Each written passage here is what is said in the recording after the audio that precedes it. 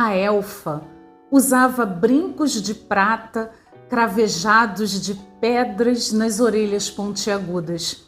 Os longos cabelos pretos cortados em camadas tinham suas pontas do lado esquerdo pintadas de azul e o lado direito colorido de laranja.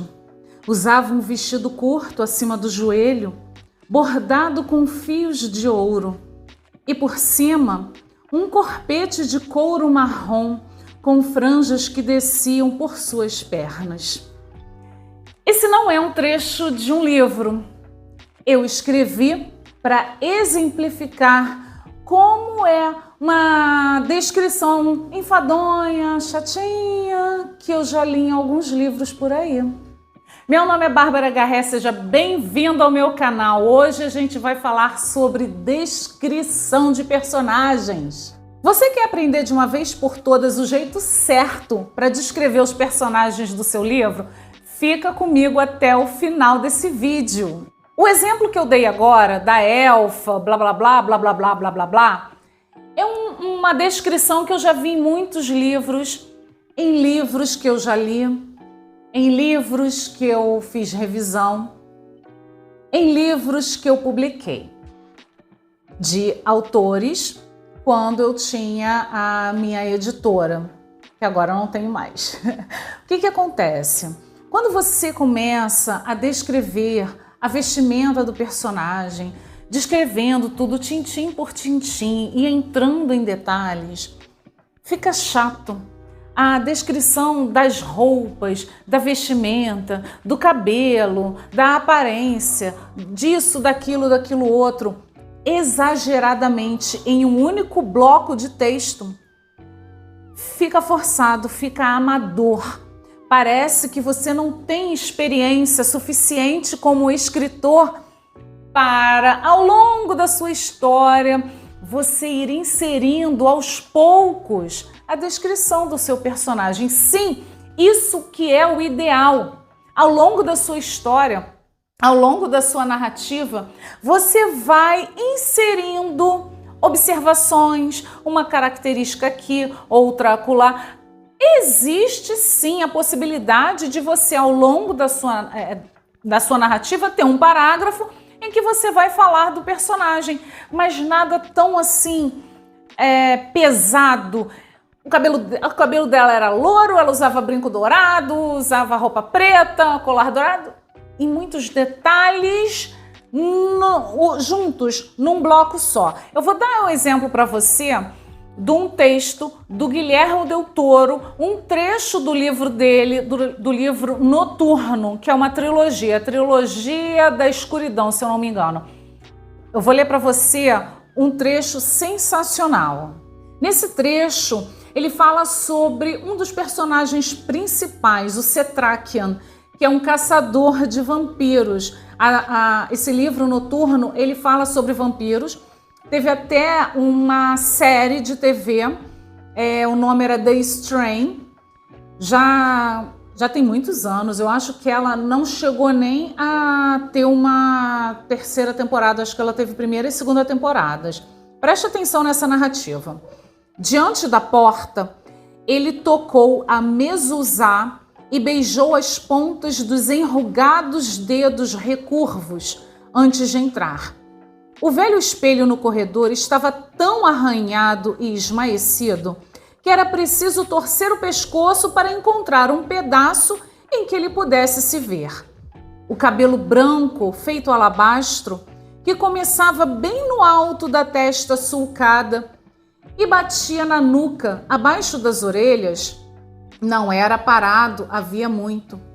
O rosto continuava a cair, com o queixo, os lóbulos e os olhos sucumbindo àquela opressora covarde chamada gravidade.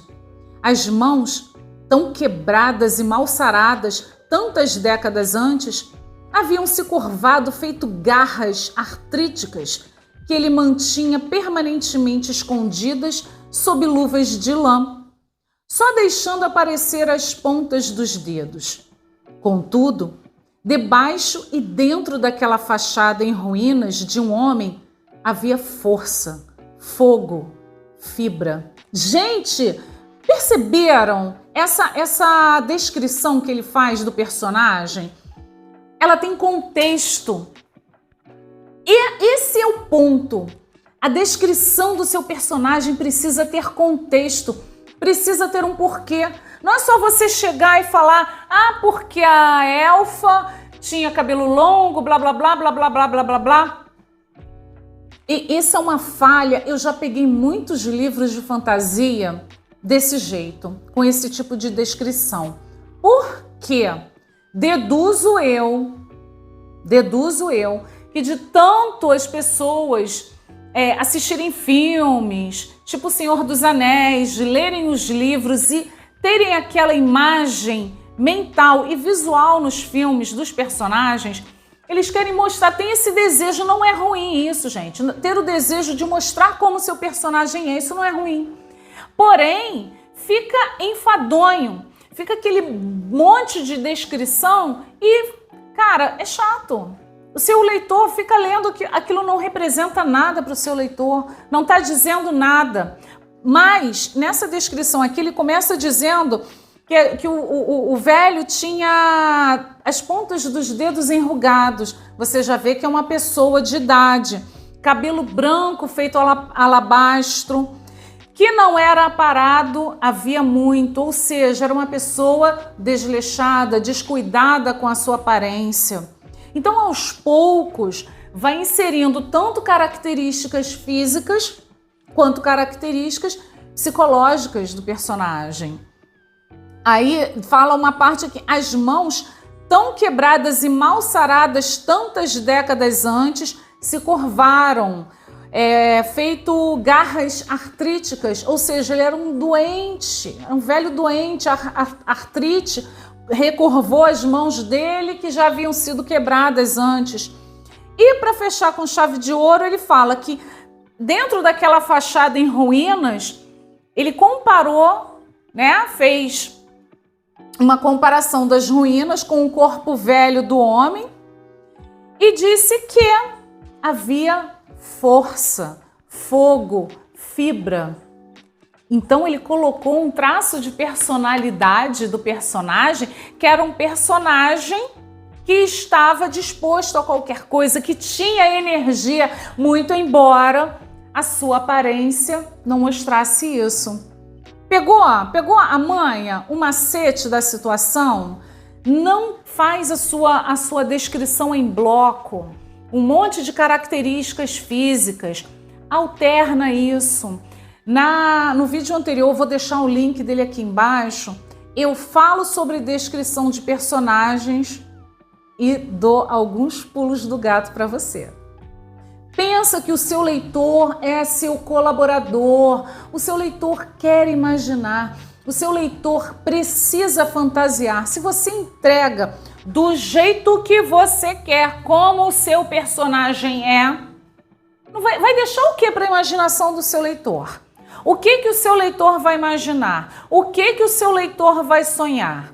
Deixa lacunas. O nosso cérebro precisa de lacunas para gerar curiosidade. Quando você deixa uma curiosidadezinha, algum espaço em branco, as lacunas nas características do seu personagem, para o seu leitor preencher, ele vai ficar louco com a sua história. Ele vai querer ler cada vez mais, porque ele vai imaginando, vai pensando como aquele personagem é. Ele vai preenchendo os espaços em branco. Isso é uma narrativa profissional. Esse é o tipo de narrativa envolvente, que vai fazer com que o seu leitor queira saber mais da sua história, queira saber mais dos personagens. O ideal é que a sua descrição ao longo da narrativa traga uma mistura de traços de personalidade, a aparência física, como o seu personagem se movimenta, se ele tem algum tique, se ele tem algum problema, alguma doença, algum problema neurológico, se ele tem um toque. Isso precisa ser distribuído ao longo do seu livro. Se o seu livro tem 200 páginas, você tem 200 oportunidades para distribuir a descrição do seu personagem. Então você vai fazer a descrição física, a descrição psicológica, vai colocar traços da personalidade dele, o jeito como ele fala. Isso vai mostrar, vai desenhar para o seu leitor como é o personagem, sem a necessidade de você pegar uma página inteira e descrever ele tintim por tintim para o seu leitor. Quando chegar no fim do livro, ele já nem lembra mais como é o seu personagem. Não marcou, não marca, não cria vínculo. Quando você aos poucos vai inserindo essas características, toda hora vem alguma informação nova sobre o seu personagem. Aí o seu leitor vai amar, o seu leitor vai querer saber mais, porque ele sabe que aos poucos você vai dando as pistas e ele vai desvendando esse mistério. E como eu mencionei no vídeo anterior, uma narrativa sensorial, uma descrição sensorial utilizando os 5 sentidos para apresentar o seu personagem. Isso é uma técnica avançada de descrição. E isso vai criar um vínculo entre o seu leitor e o seu personagem. Então, por exemplo, você pode colocar numa determinada página que o seu personagem ele estava apresentando uma dor física.